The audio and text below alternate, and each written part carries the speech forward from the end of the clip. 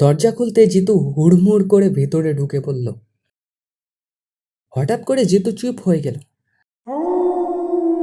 আমি ভয় পেয়ে ডাকলাম, জিতু।